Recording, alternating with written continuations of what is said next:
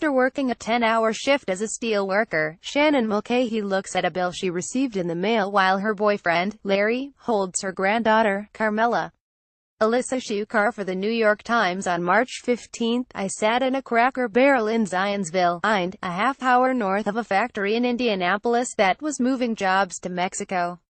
I looked at the clock, worried that the steel worker I was supposed to meet for lunch, a woman named Shannon Mulcahy, wouldn't show. I had already interviewed half a dozen steel workers who are losing their jobs down at the Union Hall. I learned a lot from them, but they were all men involved with the union who had refused to train their replacements from Mexico. I also wanted to get the perspective of someone who had agreed to train. I wanted to hear what it felt like to teach the person who would replace you. I had reached out on Facebook to a dozen people who had identified themselves as steel workers at the plant. Shannon was the only one who wrote me back that same day. But then, she canceled our lunch meeting abruptly. She feared that the Rexnord Corporation, the company that owned the factory, would punish her for talking to a reporter.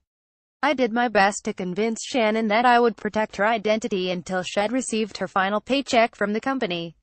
It was a risky promise.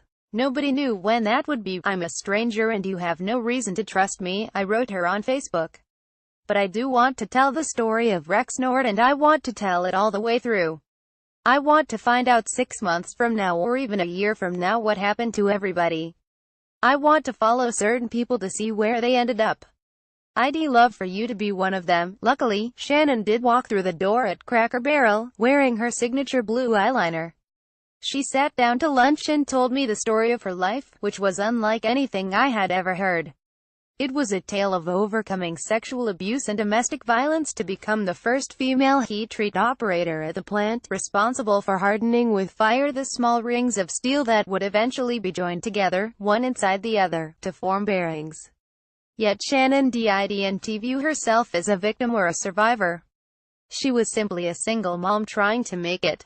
I followed Shannon and several of her coworkers until September, making 8 trips to Indianapolis over a period of 8 months. Many of the workers were at the factory 7 days a week. They didn't have much free time to talk. Sometimes I drove to work with Shannon and hopped out of the car just before she got to the factory. Sometimes, I met her at the end of her shift, at 10 p.m., at a Burger King nearby and drove home with her. A few times, I fell asleep waiting for her to get home after her shift. The reality that Shannon and her coworkers showed me flew in the face of so many assumptions I had about class, free trade and globalization. I had always been told that unskilled jobs moved abroad. Yet Shannon's job was complicated. It had taken her years to master. Could I do what she did? I honestly wasn't sure. I had always been told that automation, not trade, was the reason factory workers like Shannon were losing their jobs. But the two are intimately linked, as U.S. factories trying to compete with cheap labor overseas are forced to automate to stay profitable.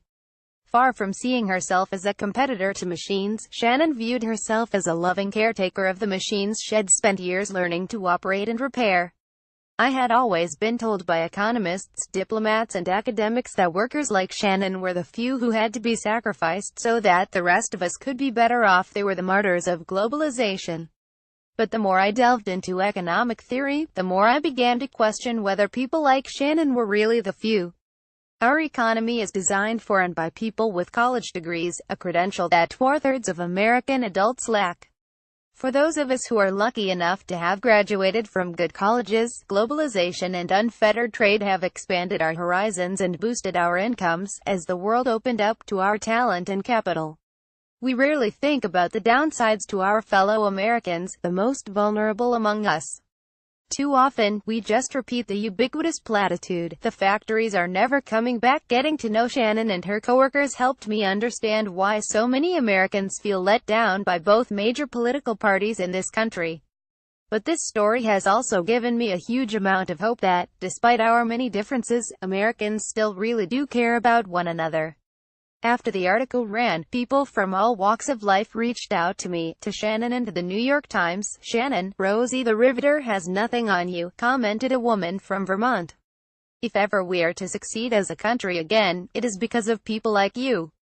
Your tenacity, grit, love, humanity, devotion to family and work ethic are what make America thrive. A man who identified himself as a former manager in tech manufacturing, from Dallas, wrote, "I have seen this story play out over and over again. It is going to take a new breed of committed, smart and courageous leaders, both political and in business, to turn around this mess."